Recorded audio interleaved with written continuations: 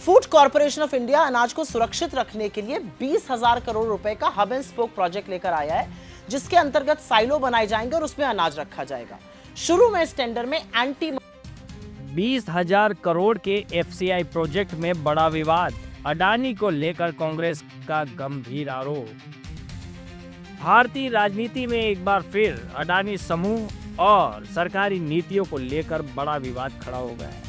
कांग्रेस प्रवक्ता सुप्रिया श्रीनेत ने food corporation of India यानी एफसीआई के 20,000 करोड़ रुपए के हब एंड स्पोक प्रोजेक्ट को लेकर गंभीर सवाल उठाए हैं। कांग्रेस का आरोप है कि यह प्रोजेक्ट, जिसका उद्देश्य देश में अनाज के सुरक्षित भंडारण के लिए आधुनिक साइलो बनाना है, अब एक बड़े कॉरपोरेट विस्तार का माध्यम बनता जा रहा है। जानकारी के अनुसार इस योजना के तहत देश भर में अनाज भंडारण के लिए आधुनिक साइलो बनाए जाएंगे। शुरुआत में टेंडर प्रक्रिया में यह प्रावधान था कि किसी भी एक कंपनी का एकाधिकार न हो और प्रतिस्पर्धा बनी रहे, लेकिन कांग्रेस का दावा है कि बाद में नीति आयोग और वित्त मंत्रालय की सलाह पर इस एंटी मोनोपोली क्लॉज को हटा दिया गया।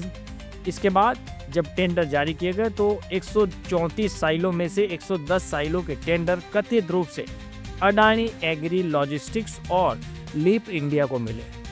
कांग्रेस का आरोप है कि अकेले अडानी समूह को लगभग 9,700 करोड़ रुपए के प्रोजेक्ट मिले हैं, जिससे इस पूरे सिस्टम में एकाधिकार की आशंका पैदा हो गई है।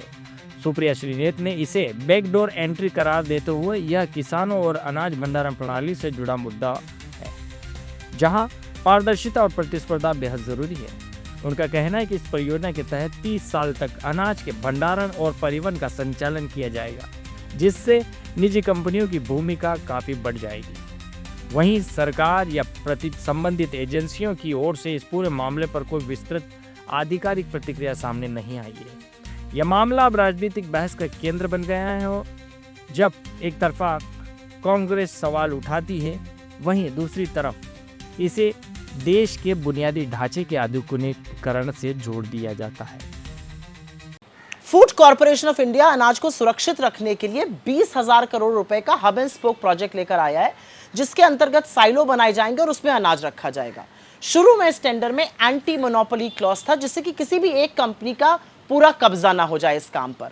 लेकिन धीमे से नीति आयोग और वित्त मंत्रालय के कहने पर यह एंटी मोनोपोली क्लॉज हटा दिया गया। और फिर क्या, फिर जादू हुआ। 134 साइलो का टेंडर निकला, जिसमें से 110 अडानी एग्री लॉजिस्टिक्स और लीप इंडिया नाम की कंपनी को मिल गए। मतलब 134 में से 110, 20,000 करोड़ में से अकेले अडानी को करीब 10,000 करोड़ का टेंडर मिल गया।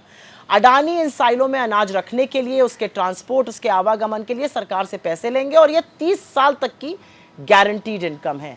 ये एक्चुअली कुछ और नहीं है, ये खेती और खाद्यान्न में चुपके से अडानी को पिछले दरवाजे से घुसे आने की, पिछले दरवाजे से एंट्री देने की सारी कवायद है। और इसके लिए एंटी मोनोपोली क्लॉज भी हटा दिया गया है। साहब 3 काले कानून लेकर आए थे, उसमें अडानी को पूरा का पूरा खेती का क्षेत्र ट्रे पर रखकर सौंप रहे थे।